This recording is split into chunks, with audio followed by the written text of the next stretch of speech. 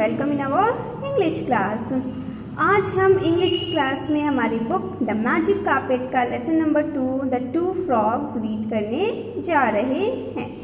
ये क्या है? ये एक जापानीज फोक टेल है यानी कि जापान की एक फोक टेल है। फोक टेल का मतलब क्या होता है? हिंदी में फोक टेल का मतलब होता है लोक कथा।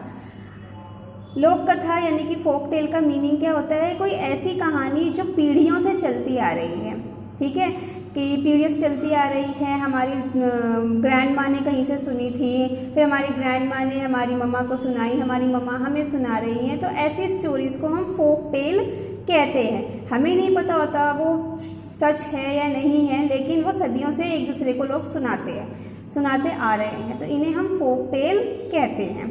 अब आपको नाम से ही पता चल गया होगा द टू फ्रॉग्स, यानी कि ये दो फ्रॉग्स क्या होते हैं? मेंढक, यानी कि ये दो मेंढक की कहानी है, ठीक है। अब यहाँ पे हमें वार्म अप के लिए एक छोटी सी स्टोरी दी गई है। ये स्टोरी छोटी सी है, ये भी एक फ्रॉग के बारे में ही है, तो ये हमें वार्म अप करने के लिए दी गई है। तो चलिए पहले हम इस स्टोरी को थोड़ा सा पढ़ते हैं, जानते हैं, उसके बाद हमारी जो मेन स्टोरी है द टू फ्रॉग्स की, उसे हम स्टार्ट करेंगे। A frog had lived at the bottom of a deep well all his life.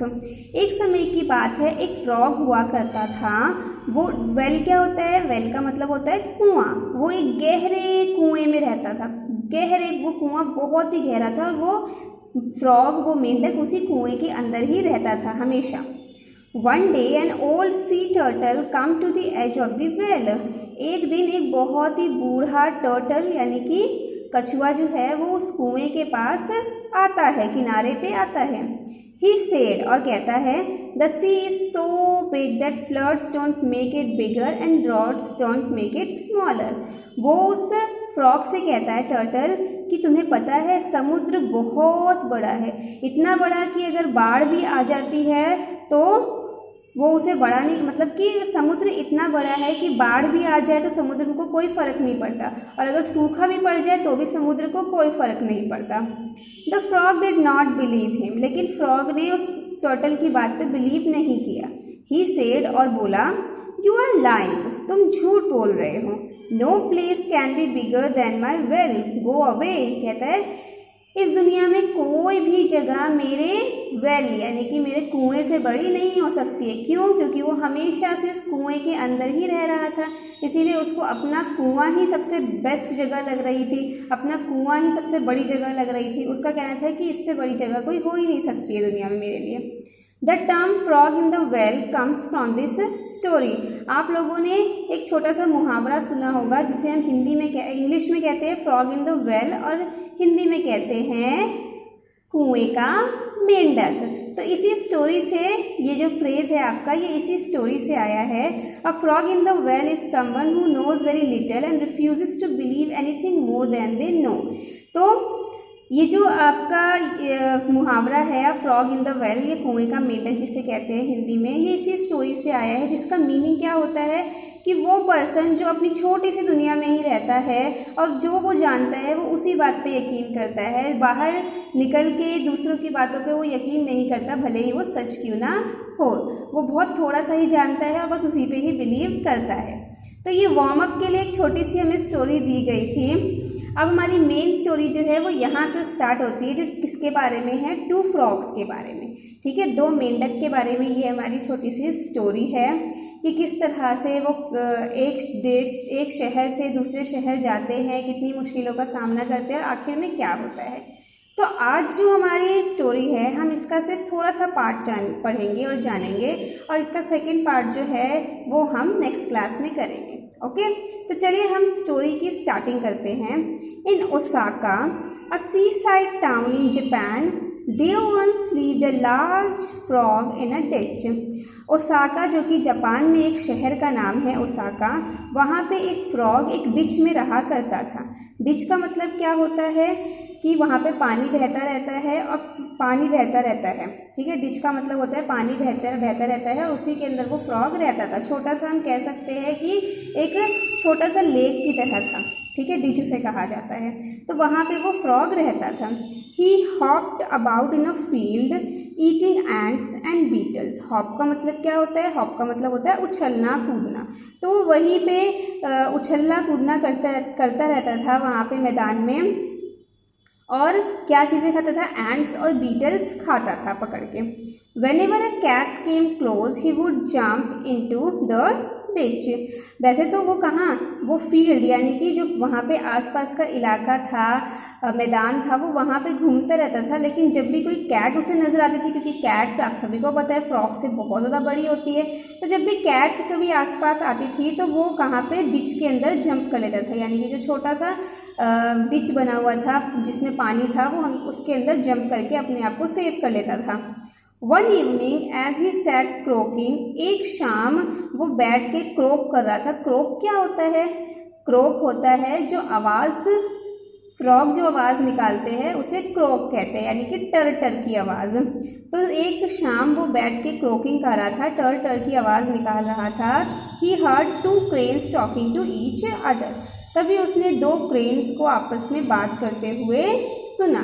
2 cranes आप सभी को पता है पक्षी होते हैं। उसने उन दोनों को बात करते हुए सुना। They were talking about Kyoto, a city of palaces। वो दोनों क्रेन किसके बारे में बात कर रहे थे? क्योटो। क्योटो भी जापान का ही एक शहर है, ठीक है। ये वाला जो ये फ्रॉग था, ये फ्रॉग ओसाका में रहता था, और ये जो 2 क्रेन थे ये क्योटो शहर की बात कर रहे थे, जिसे कि सिटी ऑफ पैलेसेस यानी कि महलों का शहर भी कहा जाता है, क्योंकि वहाँ पे बहुत से महल है। Even the Mikado lived in Kyoto. वो लोग ये बात करते हैं, वो जो 2 क्रेन्स होते हैं वो ये बात करते हैं कि यहाँ तक कि मिकाडो भी क्योटो में ही रहते थे। मिकाडो कौन है?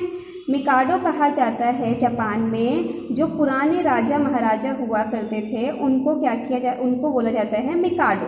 तो वो दोनों क्रेन बात कर रहे होते हैं कि तुम्हें पता है क्योटो बहुत बड़ा शहर है, यहाँ तक कि जो हमारे पुराने राजा और महाराजा थे वो भी क्योटो में ही रहते थे।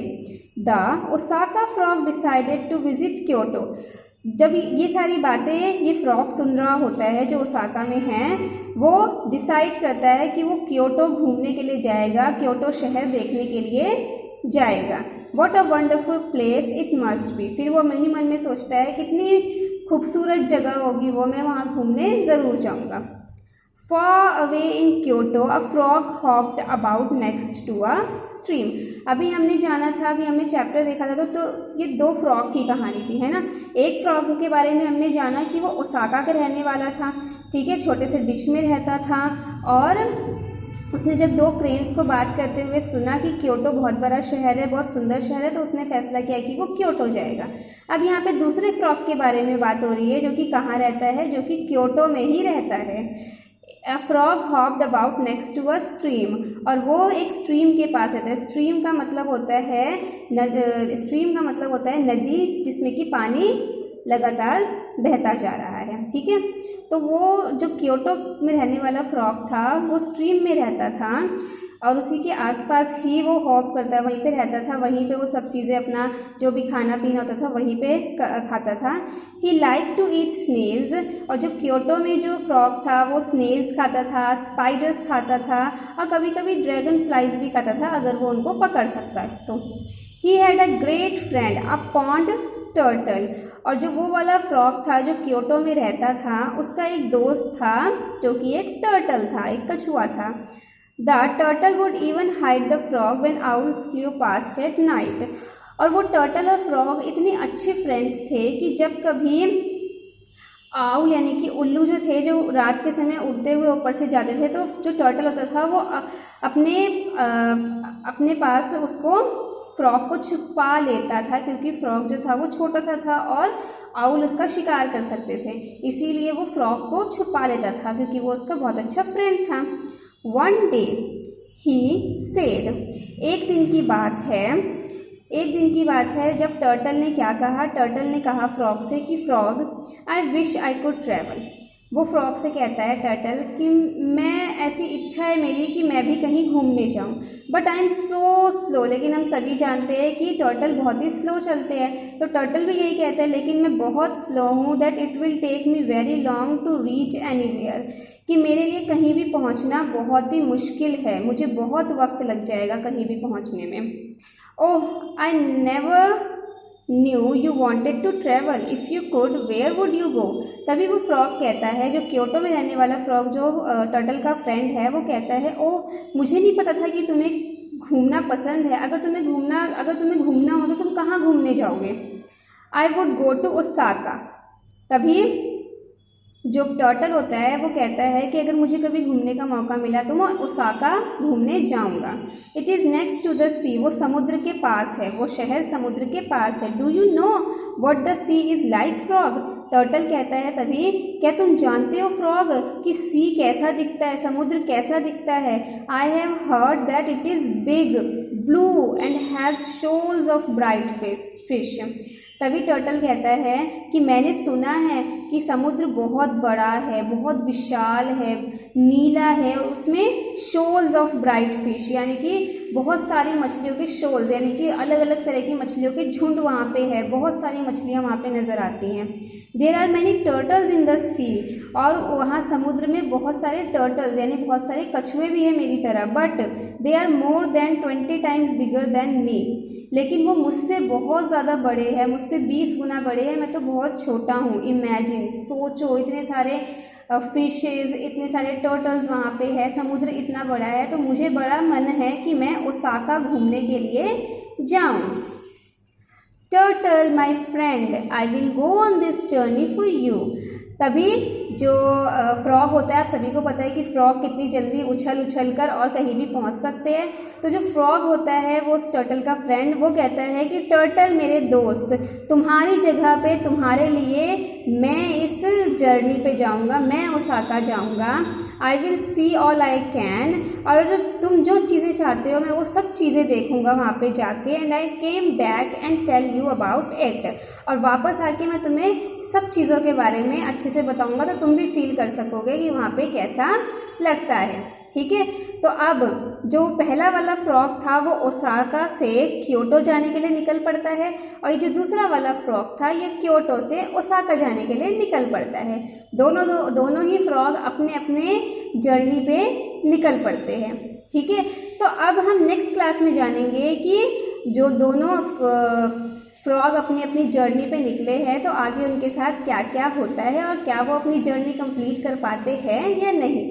ठीक है किड्स, तो मिलते हैं नेक्स्ट क्लास में, तब तक के लिए goodbye and take care.